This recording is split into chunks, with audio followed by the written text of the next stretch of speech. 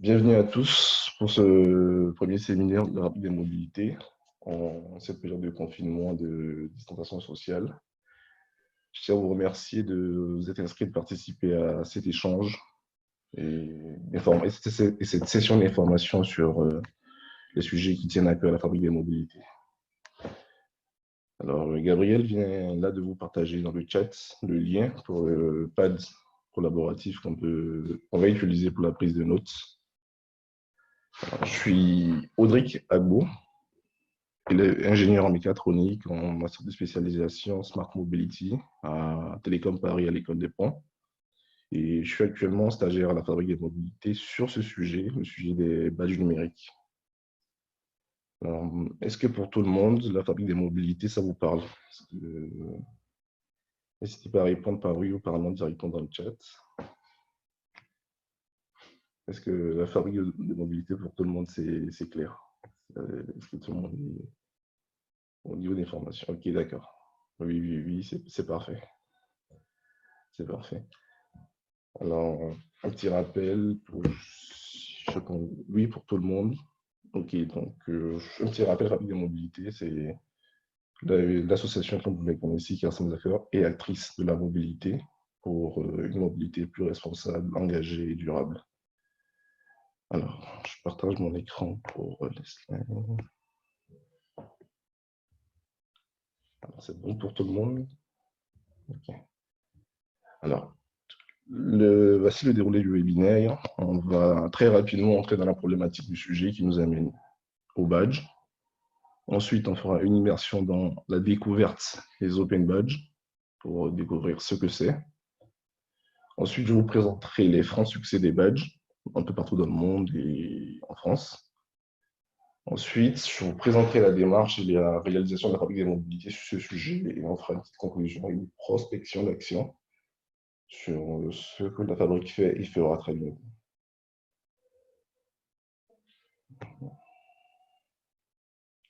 Alors, la fabrique des mobilités regroupe des entreprises,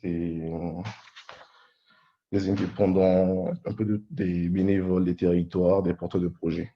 Du coup, tout le monde peut voir la fabrique des mobilités comme il perçoit comme une ensemble d'entreprises qui se regroupent pour travailler sur une solution qui sera utile pour eux, qui sera une base pour rapidement évoluer sur d'autres thématiques. Pour un bénévole, c'est un lieu où il peut pratiquer, développer des compétences, participer, mettre à disposition ses compétences pour le développement de commun. Pour un territoire, c'est un espace qui facilite la montée en territoire sur les technologies assez rapidement. Alors, et dans tout ça, en fait, on peut se demander qu'est-ce que la fabrique et comment on arrive aujourd'hui pour un nouvel entrant dans la fabrique des mobilités, comment il peut voir la fabrique, non pas en termes d'entreprise, en termes de commun, mais plutôt en termes d'individus, de savoir-faire et de compétences mises en place. Comment on reconnaît les activités de chaque adhérent dans le développement d'un commun, identifier les compétences qui ont été mises en place, en fait, qui ont été développées par chacun pour faire naître un commun, en fait. Et comment un membre d'une communauté, par exemple la communauté hardware, et j'aimerais bien qu'on soit tous d'accord sur les termes que je vais utiliser tout au long de ce webinaire quand je parle de communauté au sens de la fabrique. C'est le regroupement d'acteurs ou d'actrices sur une thématique, un sujet qui est bien défini, comme par exemple la communauté Open Hardware. Donc tout le long du webinaire, je parlerai de communauté, il faudra le prendre en ce sens, communauté FabMob. Comment un membre d'une communauté, par exemple, peut reconnaître les autres qui y sont et les activités que chacun d'entre eux met en place, en fait. On a fait un petit point sur les outils que dans la fabrique dispose aujourd'hui pour savoir quel outil nous permettrait aujourd'hui de faire ça, de permettre à tout le monde de se reconnaître. On a fait le bilan, on a vu qu'on n'avait pas d'outils aujourd'hui adaptés pour permettre à tout un chacun au sein de la fabrique de se connaître, de se reconnaître et de mettre en place et d'identifier les compétences. Ça nous a amené à faire une analyse des outils technologiques qui sont mis en place et on a découvert les badges. Et donc, bien avant que je ne vienne donc s'agir sur le sujet, la technologie était déjà imaginée, testée et mise en place. Et je suis venu sur le sujet et je vais vous présenter ce que c'est que les badges de façon globale d'abord. Ensuite, la fabrique, on a tiré l'avantage qu'on peut tirer de ces badges. Donc là, c'est d'abord une façon globale des badges et ensuite, ce que la fabrique fait des badges. Alors, les badges sont nés en 2011 à l'initiative des fondations Mozilla et MacArthur dans le but de reconnaître des compétences informelles, des aspirations de certaines personnes, des réalisations qui ont été faites dans le passé, des apprentissages informels qui ont été faits au cours d'expériences et leur permet de communiquer sur ces réalisations-là, en fait. Alors, ça a amené ensuite ces deux instituts à mettre en place un outil. C'est l'outil d'attribution de badge et certains outils, le Mozilla Backpack, pour contenir, afficher, collecter ces badges, les montrer à tout le monde, pouvoir les partager. Ce qui a été fait, c'est que l'outil de création a été séparé de l'outil d'acquisition de récolte de son badge. Donc, les gens, très rapidement, se sont retrouvés au cœur d'une technologie où seules les institutions, comme les plateformes d'attribution, les écoles et tout, pouvaient attribuer des badges et pouvaient reconnaître la personne, en fait. Donc, les gens se sont retrouvés à se voir dénier le droit de reconnaître. Elles étaient juste là à mettre des actions et recevoir des reconnaissances alors qu'elles voulaient elles-mêmes pouvoir reconnaître un autre corps de métier, une autre personne qui développait un savoir, une compétence, un savoir-faire. Donc, cet outil, l'Open Badge Pack, et l'outil de création a été mis au cœur d'une polémique, d'une critique qui a amené 6 ans plus tard à la refonte de la compréhension des systèmes du badge par Mozilla et la Fondation MacArthur. Ça nous a amené à passer de la reconnaissance des apprentissages informels à la reconnaissance informelle. Je ne sais pas si pour tout le monde c'est un peu clair, et si je vais un peu trop vite, n'essayez pas de m'arrêter. N'hésitez pas à m'arrêter. Mais c'est surtout qu'on passe de la reconnaissance des apprentissages informels aux reconnaissances informelles. Donc, si des boulangers reconnaissent un autre boulanger pour sa qualité de pain ou sa bonne pâtisserie, ils pouvaient le faire, alors qu'avant, c'était qu'un institut qui pouvait reconnaître un artisan ou une structure, et pas deux structures entre elles.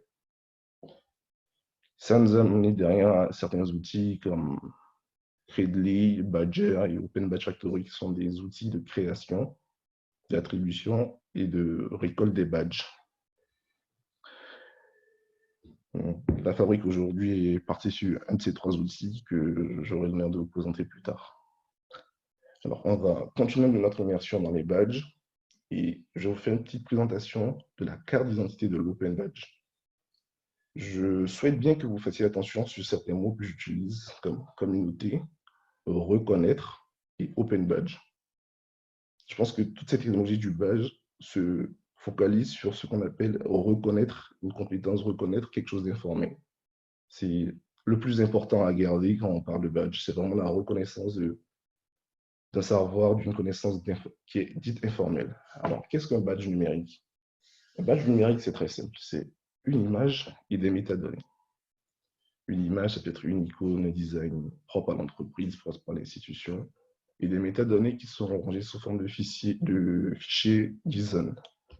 À l'intérieur, on a la description du badge, le nom du badge, la date de délivrance, la date de fin de validité du badge, et donc, de ce fait, une durée de validité, l'identité du récepteur, de l'émetteur d'une institution, par exemple, et de la relation qui les lie. Le badge, il est accessible partout à travers un lien qui est contenu dans le fichier. Il est partageable. C'est ça qui est assez intéressant. Il est partageable sur Facebook, Twitter, Instagram et toutes les autres formes de médias sociaux. Bien sûr, évidemment, il est évolutif. Il contient plusieurs niveaux. Dans la description du badge attribué, on peut préciser cette personne possède ce badge, mais qui est de niveau 1, qui est de niveau 2. Et dans la description du badge, on peut voir que cette personne a tel niveau de badge, mais il y a d'autres niveaux qui existent également.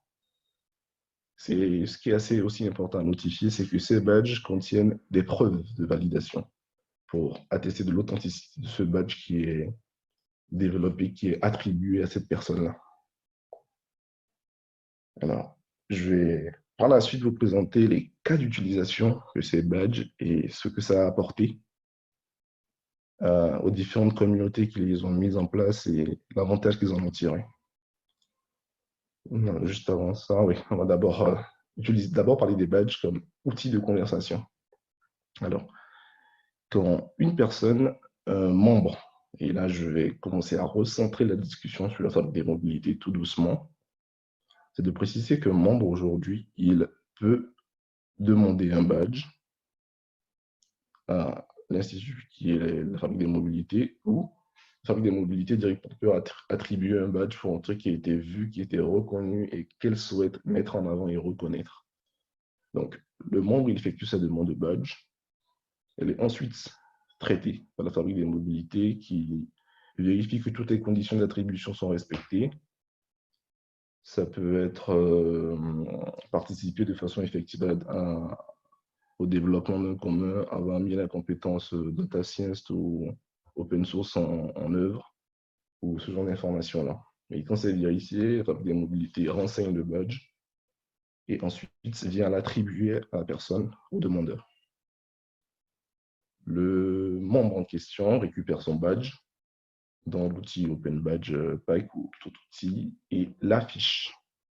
Quand il l'affiche, forcément, ça crée des interactions. Il peut montrer qu'il a été reconnu pour une implication, un savoir-être, un savoir-faire sur des réseaux sociaux ou dans un cadre plus formel, éducatif ou d'emploi.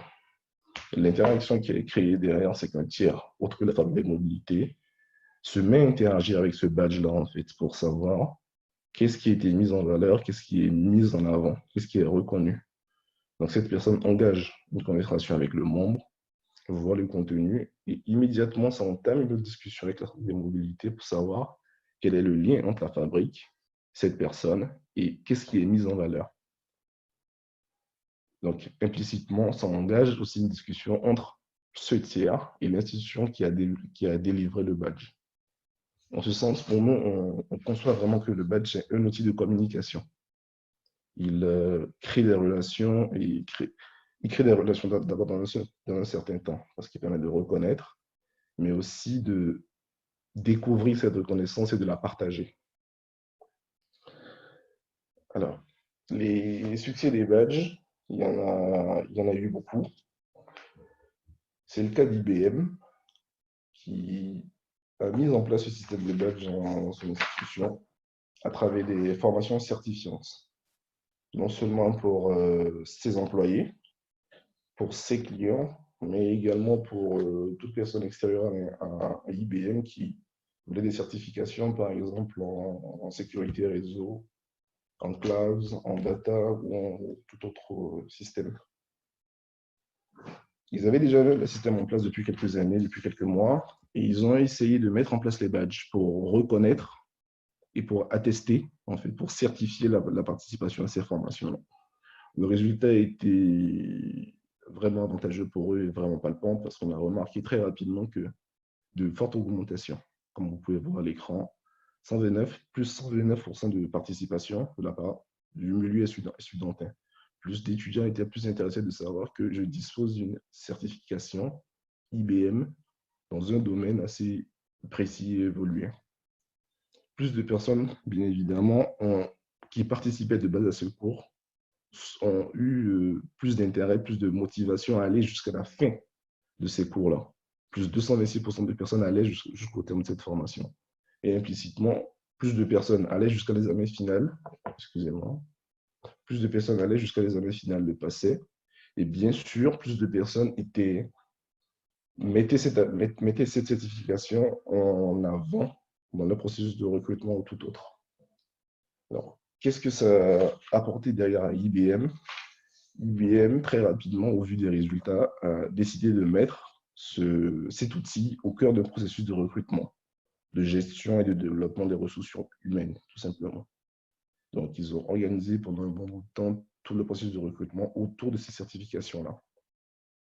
Et il y a la présentation de David Leaser qui précisait que beaucoup d'universités derrière, comme la Northern-West University aux États-Unis, a décidé de reconnaître les badges délivrés par IBM pour accéder à des qualifications académiques. Donc, toutes ces personnes qui, hors du cadre formel, avaient acquis des compétences à travers IBM, pouvaient les mettre en avant pour accéder à un master, par exemple, une licence. Il faut dire que ça crée une certaine confiance entre IBM, les universités et le détenteur du badge. Donc, IBM certifie de la réelle acquisition d'une compétence à travers son badge, à travers sa reconnaissance, en fait. Ça, c'était très important. Voilà. Les autres collectifs, et je te présenterai plutôt les cas en France, c'est Badge en Normandie. Je ne sais pas si beaucoup de personnes ne connaissent Badge en Normandie. En fait, c'est un réseau d'organisations et d'individus sur le territoire normand qui explorent en fait le potentiel des badges numériques pour différentes formes, pour valoriser des compétences des personnes sur des formations tout au long de leur vie. C'est vraiment varié, ça part des Fab Labs, des métiers artisanaux et vraiment du monde de l'ingénierie, un peu dans tout, surtout dans le monde éducatif. Et ils ont mis ce système en place pour reconnaître toutes les activités, toutes les formations sur le territoire normand. Et c'était un franc succès parce que toutes les institutions se sont rapidement attachées à l'idée et au projet et ont créé derrière cette association, ce collectif, en fait, qui est Badge en Normandie. Ça a été un franc succès et toutes les institutions, bizarrement, sur le territoire normand, ont accepté de participer, de se lancer dans la démarche. Ensuite, toujours en Normandie, c'est le Dôme de Caen. Je vous présenterai, puis je vous dirai pourquoi après j'ai choisi ces collectifs que je présente aujourd'hui comme franc succès des badges. C'est le Dôme de Caen, toujours, qui a décidé dans son Fab Lab. D'abord, le Dôme de Caen, c'est un collectif de différents Fab Labs qui sont réunis et qui ont accepté de mettre en place et de tester ce que c'est que les badges. Et accompagner les différents participants dans l'expérimentation d'un Fab Lab, d'un outil, d'un projet qui ont accepté de reconnaître la participation des jeunes et de pouvoir mettre cette reconnaissance au cœur de leur processus de formation professionnelle. Et ces deux institutions, Badge en Normandie et le Dôme de Caen, à travers l'association Reconnaître, qui est un mot que j'ai beaucoup répété depuis le début de ce webinaire, qui décrit clairement ce que c'est que l'association. L'association Reconnaître, c'est vraiment permettre la reconnaissance de toute forme de compétences, savoir-faire, savoir-être. Je reviendrai derrière sur ces trois institutions.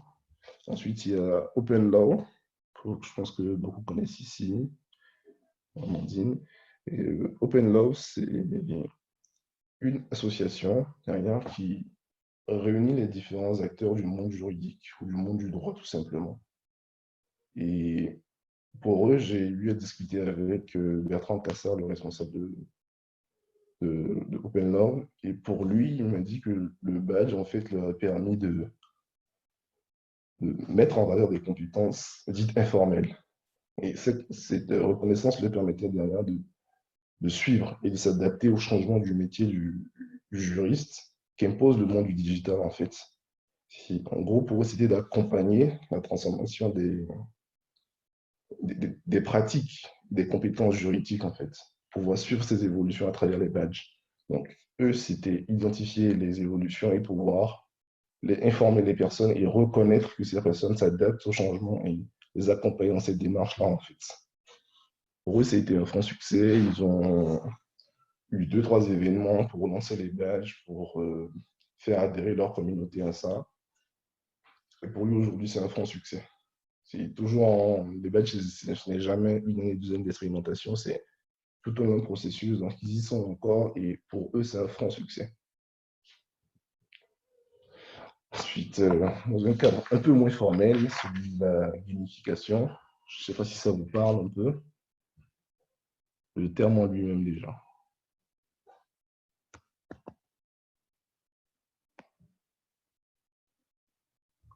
Alors, vous m'entendez toujours? Oui, Très oui, très bien. bien. Je vois une question de Guillaume Servona, comment on devient délivreur de badge? Je pense que je vais laisser les questions pour ma fin de présentation, parce que j'ai bientôt fini et je vais prendre le temps de répondre à ces différentes questions. La gamification, je ne sais pas si ça vous parle. Je, je fais une petite définition et je vais rapidement sur ce que ça a apporté.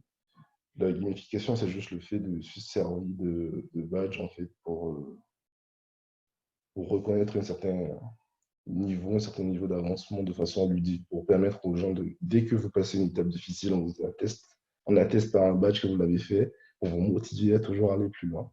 Et donc, une personne qui monte ses badges, contrairement à une autre qui n'en a pas assez fait, ok, d'accord, cette personne, elle est plus évoluée. Et ça a été mis en place dans le monde du jeu, notamment dans le jeu vidéo World en Warcraft, qui a permis à beaucoup de personnes derrière de se challenger par rapport au nombre de badges, au taux de réussite en fait.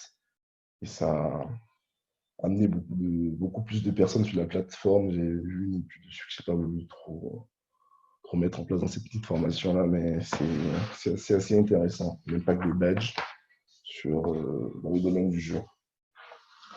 Également, dans nos discussions, on a eu à parler avec des tiers-lieux d'éducation qui, eux aussi, expérimentent ce que c'est que le badge. Alors, les tiers-lieux d'éducation, je pense que ça parle un peu à tout le monde.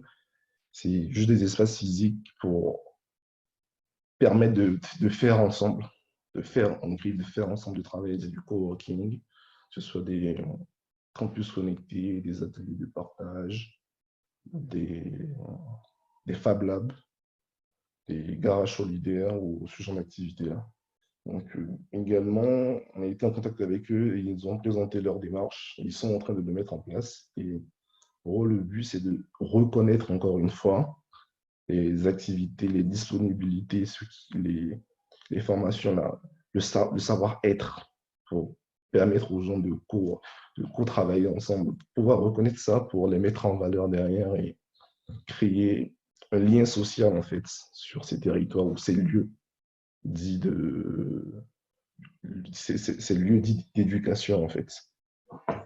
Alors, pour eux, c'était un franc succès, j'en ai parlé avec eux et c'est toujours en phase d'expérimentation. Ils veulent toujours l'amener plus loin et sont prêts aujourd'hui à collaborer avec la faculté de mobilité pour avoir un partage de pratiques dans la démarche d'acquisition et d'adhérence du badge auprès de sa communauté. Alors, en Italie, essentiellement, et là j'aborde au point de vue plus extérieur, c'est que près de 70 universités italiennes et institutions de recherche, avec l'aide du ministère de l'Éducation, ont mis en place pour reconnaître les parcours dits informels. C'est-à-dire au cours de la formation des étudiants, les projets qui sont faits au cours de l'année qui ne sont pas certifiants, qui n'ont aucune valorisation sur un CV, ils permettent aujourd'hui à tous les acteurs de ce projet, par exemple, de pouvoir reconnaître la participation ou l'implication accrue d'un étudiant, d'une pratique ou le développement d'une compétence. Ce sont des projets d'un an, par exemple. L'étudiant il a sûrement le temps de découvrir un outil, de faire la prise en main de cet outil et ensuite de le maîtriser. Donc, rien ne permettait de le faire avant, donc le badge leur a permis, eux, de mettre en valeur la plus petite avancée, la plus petite réussite qui était très importante pour chaque étudiant dans son parcours professionnel. Et les badges également, on les retrouve sur plusieurs plateformes de cours en ligne, à savoir Moodle, Totara, Coursits, Canvas et EDX. Également, dès que tu fais ta formation d'une semaine, tu t'en viens à la deuxième semaine, on t'offre un badge pour motiver. Et également à la fin de la formation, il y a un badge pour attester de la réussite et de l'acquisition d'une compétence à travers ce cours qui a été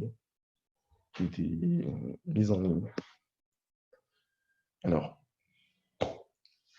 après avoir vu les cas de réussite des badges, là, je vais vous présenter ce que la fabrique veut et va tirer de ces badges, présentés de façon globale. Euh, En fait, pour nous, les badges auront plusieurs objectifs, auront plusieurs utilités, je veux dire. Ça sera d'abord d'identifier et de permettre à tout le monde de se reconnaître, de savoir quelle est l'implication d'un membre, quelle est l'application d'un membre dans le développement d'un commun, d'une activité ou autre chose, de créer une certaine autonomie entre les membres. Moi, j'ai eu cette vision quand j'ai commencé à travailler sur le badge, c'est de dire, aujourd'hui, lorsque je suis un nouvel entrant et que j'ai le bureau avec qui je discute, quel autre contact j'ai aujourd'hui avec les autres adhérents, outre les ateliers? Si je suis porteur de projet, j'ai un projet à amener, qu'est-ce qui me permet de façon autonome de mobiliser des compétences, des personnes et de susciter l'intérêt? Je me sers de mon badge pour identifier, pour me dire, OK, j'appartiens à une communauté. À quoi, quels sont les badges qui sont rattachés à cette communauté? Je les vois de façon visuelle et claire.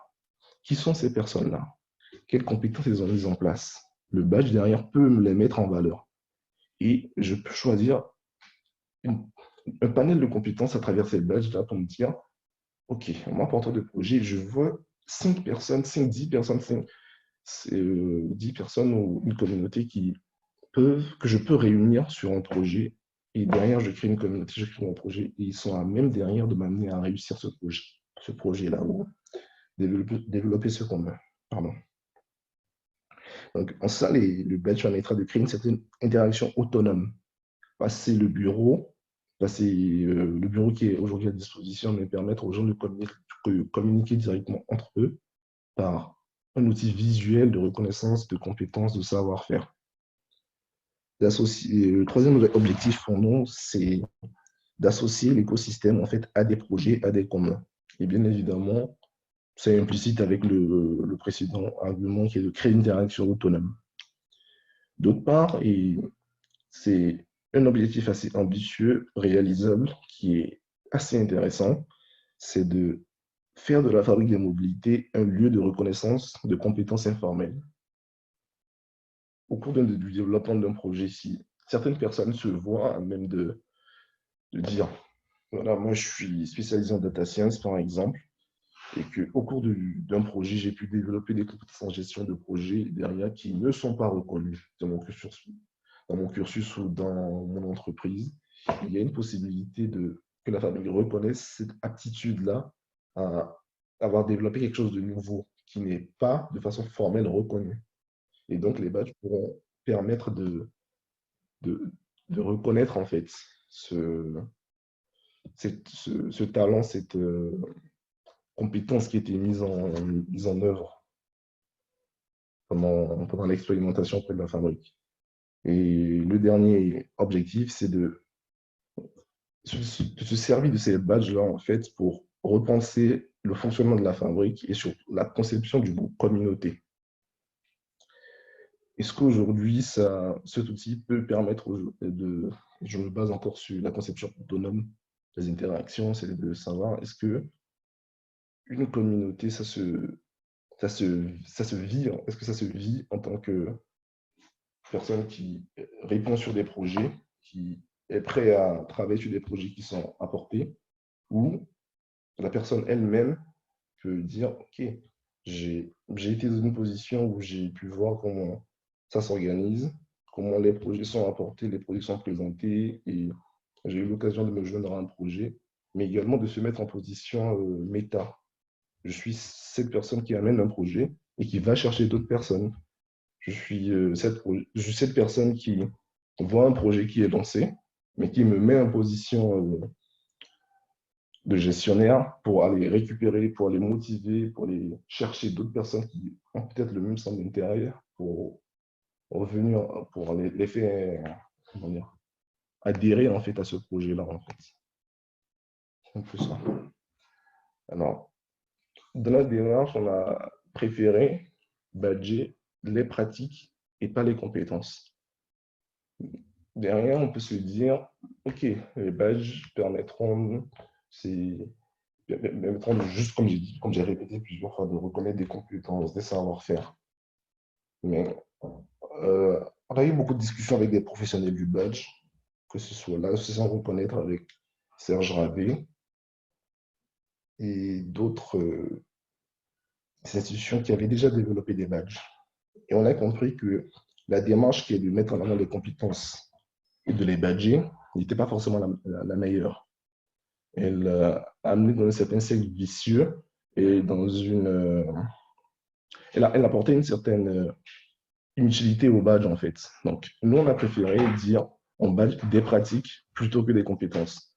On laisse les personnes, à travers leur action, leur interaction, développer les compétences. Et tout le monde de la fabrique a derrière ce rôle de regarder, d'observer, d'analyser, de pouvoir repérer cette compétence. Et une fois qu'elle est repérée, cette pratique, parce qu'on parle de compétences, mais une fois qu'elle est mise en pratique, on la repère et là maintenant on la badge.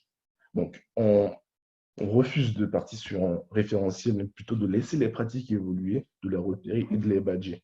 Inévitablement, on en viendra derrière un référentiel, à une liste, mais c'est un choix qu'on fait de badger ce qui est utile et ce qui est présent, et pas de créer des badges à tout va. Et pour ce faire, il faut forcément faire des tests, passer par des petites communautés.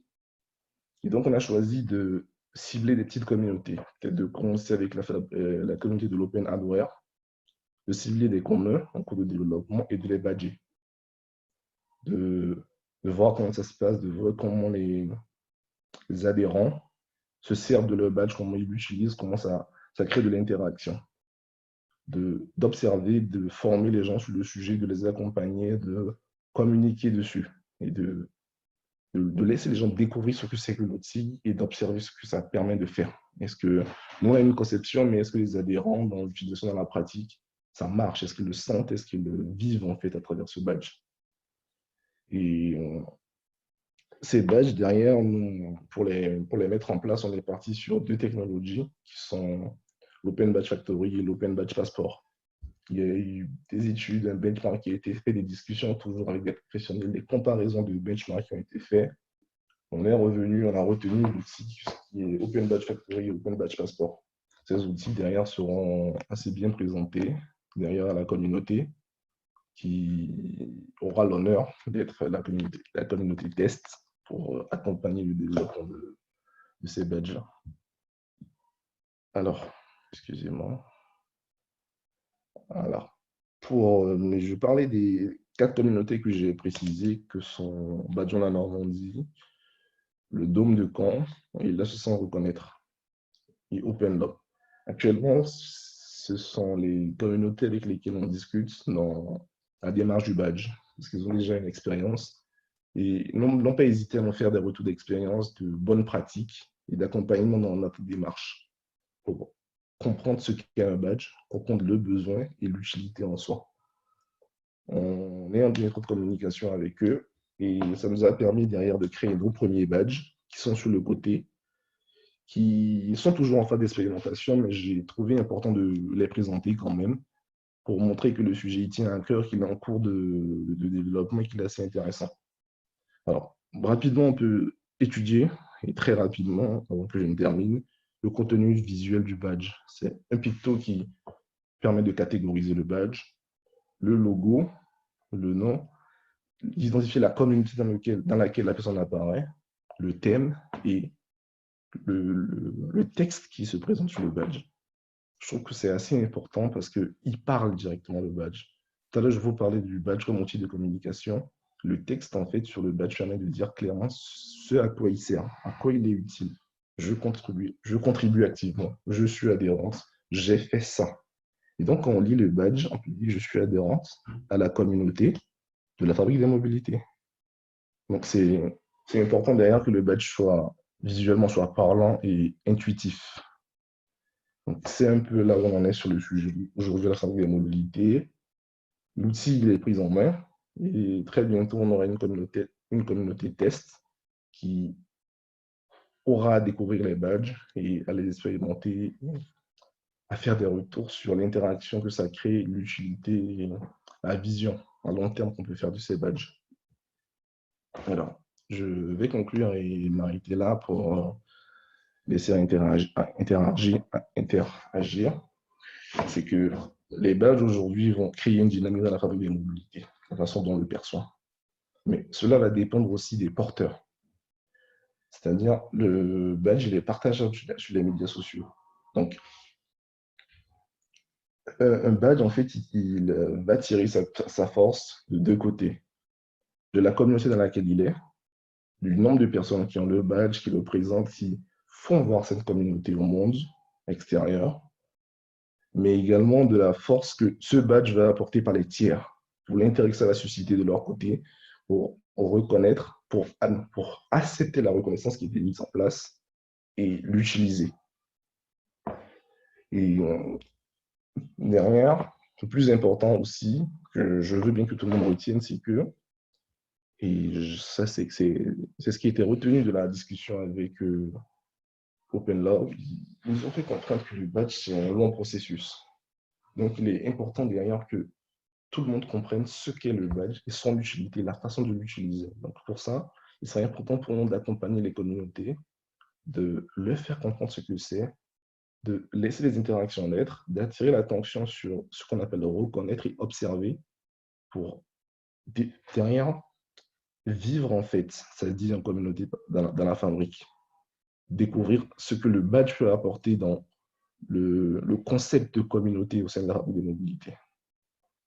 Et pour un usage, euh, je dirais, de façon globale et un peu plus lointaine, c'est de se servir des badges, comme je l'ai dit, comme outil de reconnaissance et faire de la fabrique des mobilités un lieu de reconnaissance. Permettre de voir certaines personnes avec un CV informel basé sur des reconnaissances de la fabrique des mobilités. Ça peut être une vision. Elle est peut-être un peu, je dirais, tirée par le cheveu, mais elle est réaliste. On peut le faire et les badges peuvent nous permettre de le faire. Et pour aller sur les questions, c'est que les badges aujourd'hui peuvent être un commun pour vous. La fabrique des mobilités découvre, essaie les badges, essaie de les mettre en place. Mais pour des personnes, des entreprises, des communautés qui seront intéressées par le sujet, ça peut être un projet un commun qui sera documenté et qui pourra être répliqué. En fait. Fabrique des mobilités pourra, comme toujours, sur le développement des communs, créer des communautés et accompagner dans la découverte de ces badges-là. En fait. Donc, ça sera un peu tout pour moi pour cette présentation. Pour aller plus loin, et ça a été un peu mes sources, c'est la réflexion sur la genèse des Open Badges de Serge Ravet. C'est un super article. Et Serge Ravet, c'est le président de l'association Reconnaître qui, Gabriel le confirmera, a produit de très, très, très bons articles sur l'Open Badge et son utilité, sa conception. Et la seconde source, pour aller plus loin, c'est la page connaissance du wiki, produire un badge. Elle retranscrit l'évolution dans le concept et dans la réalisation des badges en temps réel. Donc, pour rester informé sur où est-ce qu'on en est, qu'est-ce qu'on sait, qu'est-ce qu'on va mettre en place, la page wiki, la page connaissance du wiki, elle est assez importante. La présentation de David Leeser sur l'utilité des badges auprès d'IBM, les événements autour du badge, la nuit du badge, ça s'est passé il y a cela une semaine, c'est très intéressant. Il y a beaucoup de communautés qui viennent témoigner de ce qu'ils ont appris du badge, ce que les badges leur ont permis de faire et l'intérêt qu'ils en ont tiré auprès de leur communauté. Et bien sûr, un document qui a été produit il y a cela un mois sur les badges numériques de la fabrique des mobilités. Un document de 10 pages, très clair, très simple pour comprendre et appréhender très rapidement ce qu'est les badges et ce que la fabrique souhaite en faire. Alors, j'espère que cette présentation vous a plu, vous avez pu apprendre beaucoup de choses sur le sujet. Et je souhaite bien répondre à vos questions, si vous le souhaitez.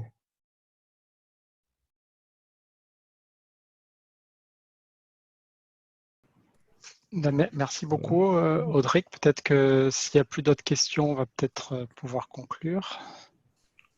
En tous les cas, j'ai copié là dans le chat pour poursuivre les discussions. On a un canal qui est vraiment réservé au badge. Donc, n'hésitez pas à poursuivre les discussions là-dessus. Et puis, on mettra tout ce qui a été présenté là.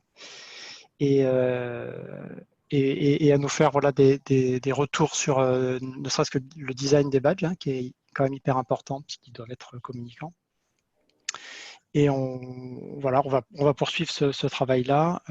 Donc, Audric, je ne sais pas si tu veux conclure et peut-être, Éline, après, dire les prochains webinaires qu'on a ou les prochaines étapes, tous les deux.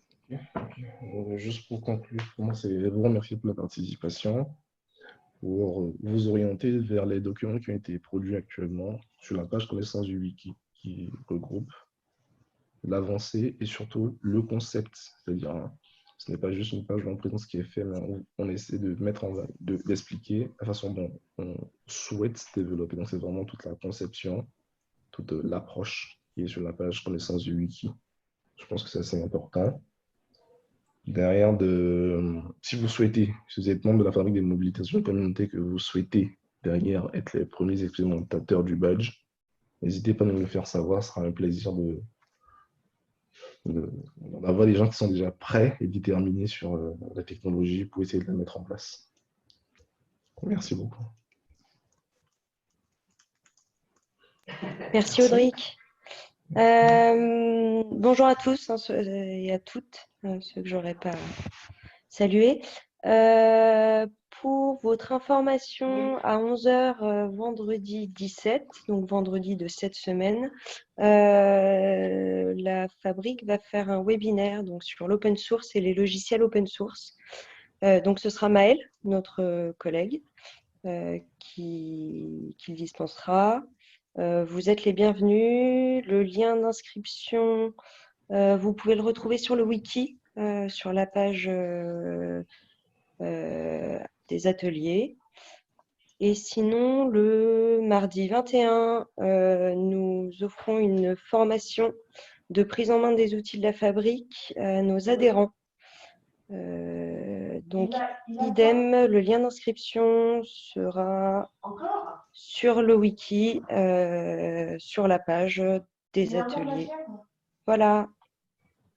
Je vous souhaite une bonne journée. Merci. Merci beaucoup. Merci à tous. Au revoir.